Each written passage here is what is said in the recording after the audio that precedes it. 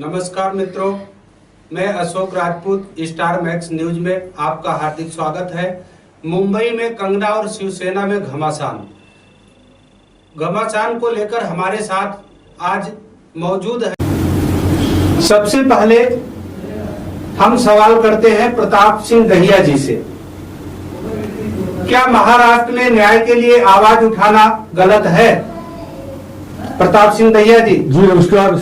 सबसे पहले मैं देश की जनता को धन्यवाद दूंगा कि उसने एक आवाज होके एक नारी के सम्मान के लिए कंगना रनौत को, जो संजय राउत ने धमकी दी थी कि हिम्मत हो तो मुंबई में आके बताना, दूसरा उसे एक महिला का अपमान किया था, हरामखोर कह के एक महिला को अपमानित टिप्पणी बोल के। तो ये बता दिया गया है संजय राउत ने कि इस तरह की टिप्पणियां हमारे के बहन बेटी के ऊपर की जाती है तो सख्त गलत है।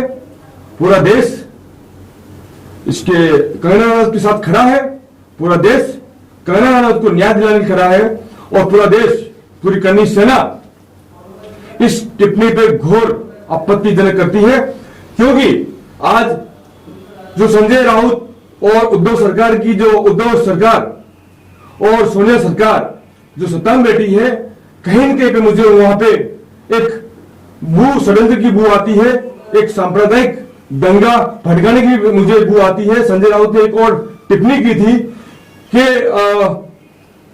अहमदाबाद शायद मिनी पाकिस्तान है। तो मेरा दूसरा सवाल है आरती सिंह राजपूत जी से। क्या महाराष्ट्र सरकार में नारी के सम्मान के लिए जगह नहीं है? नमस्कार। सबसे पहले बात तो मैं शिवसेना की करूंगी।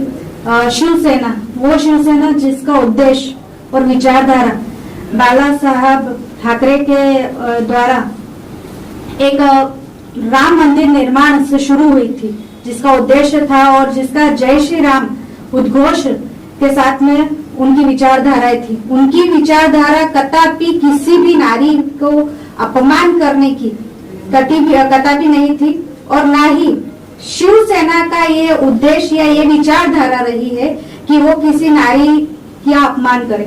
ये तो सबसे बड़ा, आज कहते हैं ना कि सत्ता माथे पर नाच रही है, उस तरह उद्धव ठाकरे जी, मैं यहाँ पे जी का प्रयोग इसलिए करूँ क्योंकि ये हमारे संस्कार है। मैं किसी पुरुष प्रधान देश में इस तरह नारी का अपमान कदापि सहन नहीं करूंगी और मैं महाराष्ट्र सरकार से ये जो उन्होंने इतनी गंदी और घिनौनीजनक जो टिप्पणी करी है उसके लिए मैं बहुत ही आक्रोश व्यक्त करती हूँ और ये शिवसेना का कदापि विचारधारा नहीं रही है। और आज जिस तरह से वो लोग एक नारी के सम्मान में इतना गंदा प्रदर्शन कर रहे हैं वो घोर अपमानीय है। पाटिल साहब, क्या सुशांत सिंह राजपूत की हत्या हुई या आत्महत्या या जांच के लिए मांग करना गलत है? बिल्कुल नहीं सर। अगर ये अन्याय है किसी के खिलाफ भी तो हर एक आदमी को अपना हक बनता है कि वो अपना न्याय सरकार से मांगे, न्यायालय से मांगे और हर चीज का उसका जो निकाल आना चाहिए उस हिसाब से निकाल आना चाहिए। कोई भी एक व्यक्ति अगर 100 गुनहगार छूट जाते पर लेकिन एक बेगुनाह व्यक्ति को अगर सजा होती है तो अपने न्यायालय में ये बिल्कुल उचित नहीं है। तो हर एक को अपना हक मांगना, हर एक को अपना न्याय मांगना अपने हित में होता है, वो हिसाब से मांगा कोई गलत नहीं है। मेरी राय में ये तो बहुत अच्छा है कि इसके लिए आखिर तक लड़ना चाहिए और उसका दूध का दूध और पानी का पानी होना चाहिए। प्रताप सिंह जी, क्या महाराष्ट्र सरकार कंगना के खिलाफ बदले की भावना को लेकर काम कर रही है? बिल्कुल कर रही है। यहाँ महाराष्ट्र सरकार 100% बदले की भावना को लेकर काम कर रही है। अगर कंगना रनौत ने हिंदुत्व के लिए आवाज उठाई, अगर कंगना रनौत ने सुशांत सिंह के लिए आवाज उठाई, एक भाई के लिए आवाज उठाई, अगर कंगना रनौत ने उद्धव सरकार पर उंगली उठाई तो इसका मतलब वो गलत नहीं है, वो सही के लिए आवाज उठाई है। उसने हिंदुत्व के लिए, आज मीडिया वहां जो मुंबई है, मुंबई के अंदर जो फिल्म इंडस्ट्री है, कंगना रनौत ने बोला है वहां पे कि मुंबई इंडस्ट्री के अंदर सिर्फ और सिर्फ हिंदुओं की भावना को ठेस पहुंचाई जाती है। वहां मूवी जो चल रही है वहां पे मुसलमानों को एक उस तरह बताया जा रहा है। वहां पे खान परिवार का गैंग चल रहा है, वहां पे ड्रग्स माफिया का गैंग चल रही है, वहां पे दाऊद का पैसा लग रहा है। मतलब ये कहीं न कहीं पे सीधी सीधी सी सच्चाई की बात है।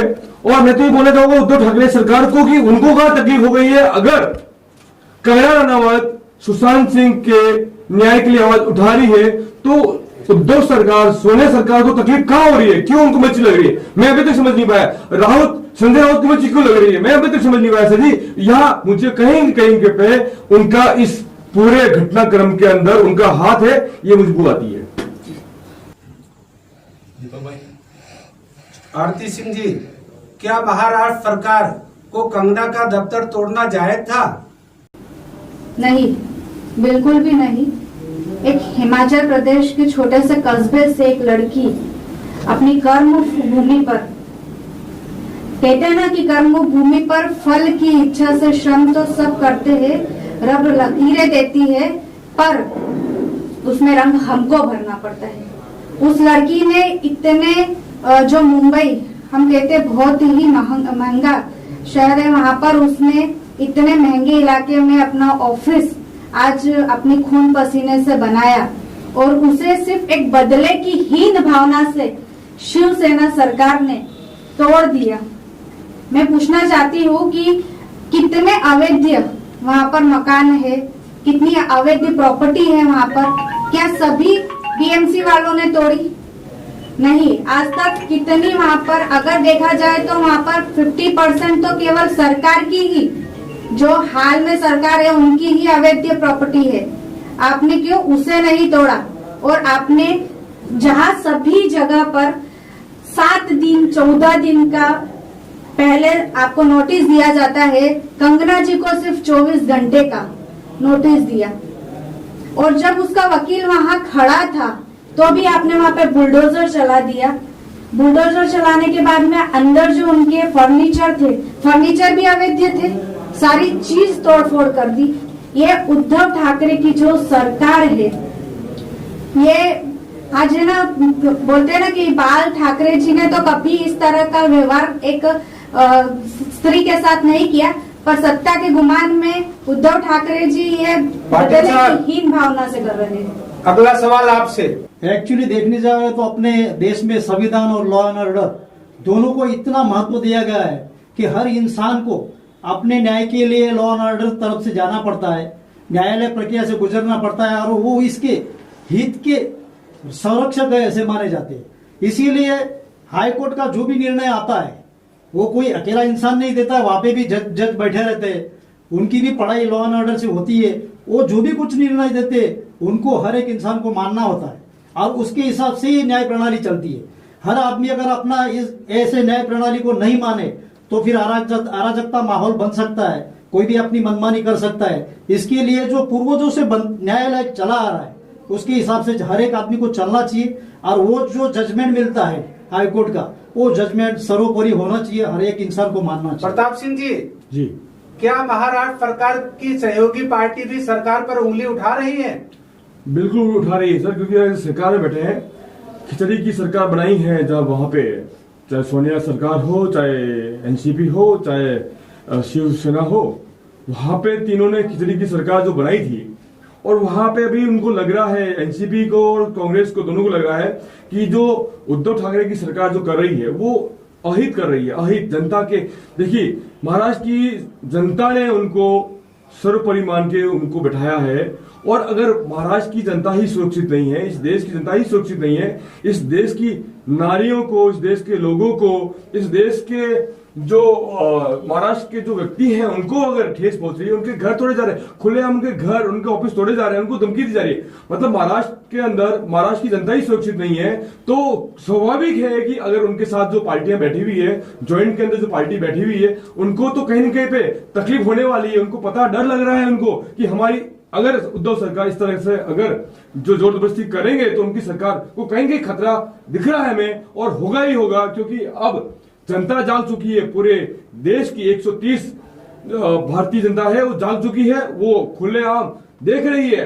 अपने आंखों से देख रही है कि महाराष्ट्र के अंदर खुली दादागिरी चल रही है।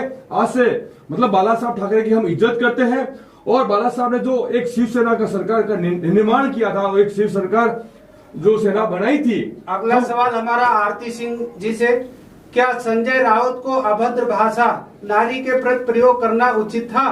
बिल्कुल भी नहीं था, क्योंकि संजय राउत जी ने उन्हें हरामखोर जैसा एक गंदा शब्द प्रयोग करा है और बाद में अपनी बातों में ऐसा बोल दिया कि नहीं वो तो मैंने एक नोटी करके शब्द करा था। तो आज क्यों उद्धव ठाकरे जी पे सिर्फ तू बोलने पर कंगना जी के ऊपर एफआईआर दर्ज हो रही है? आज फिर सिर्फ तू बोलने पर एफआईआर दर्ज नहीं करनी चाहिए, नहीं, क्योंकि आपका ही कहना है कि हरामखोर एक गंदी भाषा नहीं है, तो तू तो सामान्य चीज हो जाती है, फिर तू बोलने पर क्यों आप एफआईआर दर्ज कर रहे हैं? पाटिल साहब, क्या महाराष्ट्र सरकार खतरे में है? बिल्कुल सर, अगर इस तरह का शासन प्रणाली उनके राज्य में अगर चलती रहेगी तो ये सरकार ज्यादा दिन तक नहीं चलेगी। ये दिख ही रहा है, जनता के ऊपर अगर इस तरह अत्याचार बढ़ता है तो उस टाइम पे जनता ही उसको बाहर का रास्ता दिखा देती है, देशवासी उसको बाहर का रास्ता। और महाराष्ट्र की जनता इतनी बेवकूफ नहीं है कि इनका हर कुछ सहन करेगी। एक ना एक दिन अगर इस तरह चलता रहेगा तो ये उद्धव सरकार या जो भी खिचड़ी सरकार बनी है वो सरकार लंबी चलने वाली नहीं है, ये आम पब्लिक का कहना हुआ है। आज आप अपना कीमती समय हमारे स्टार मैक्स न्यूज के स्टूडियो में दिया, उसके लिए बहुत बहुत धन्यवाद। आपके हम आभारी हैं। धन्यवाद।